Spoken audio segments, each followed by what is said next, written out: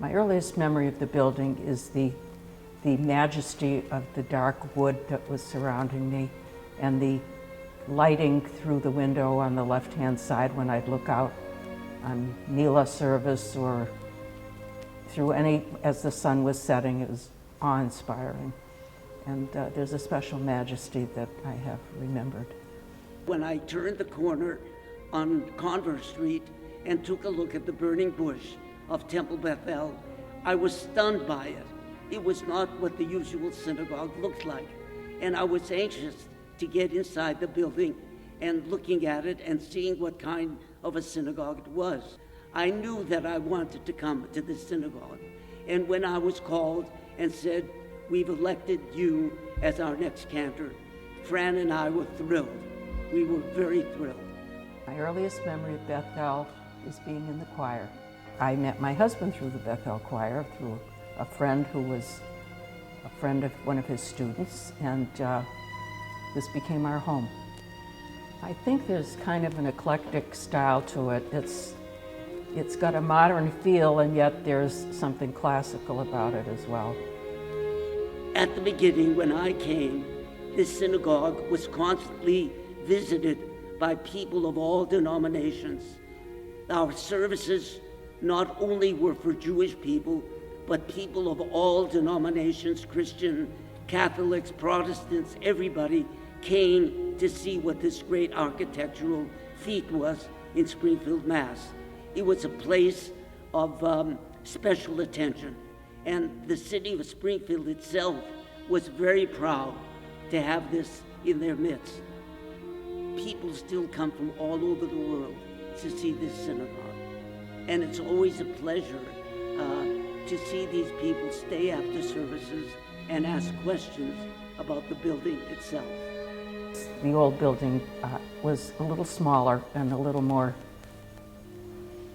cohesive, and this has separation to it that I don't think was quite as prominent in the old building.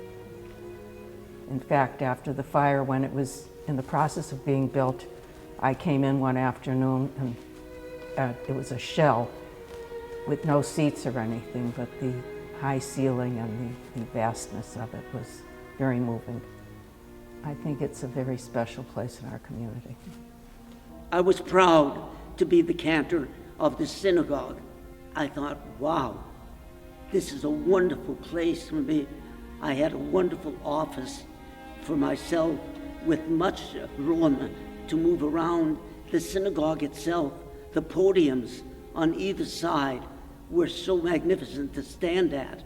And to hear that organ, I sometimes felt that God was looking in at me at some moment. If I would stand before this gorgeous ark that we have here and look at the Torahs, I very often would think as I was singing, Adonai, Adonai, Lord our God, I think he was really listening to me, and I was very humbled by the experience. I truly loved what I was doing.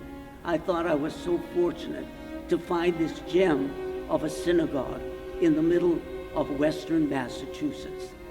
Place that was left after the fire was the little chapel. The chapel also was a gem unto itself. It was like a little place of quiet prayer. It was like all white and little windows of various colors. It was so meaningful. People who come to the city, they might go to the Basketball Hall of Fame, but they might also want to stop by Temple Bethel to see what this building looks like. It is really masterful. It's a feast for your eyes. These magnificent windows on both sides of the building are definitely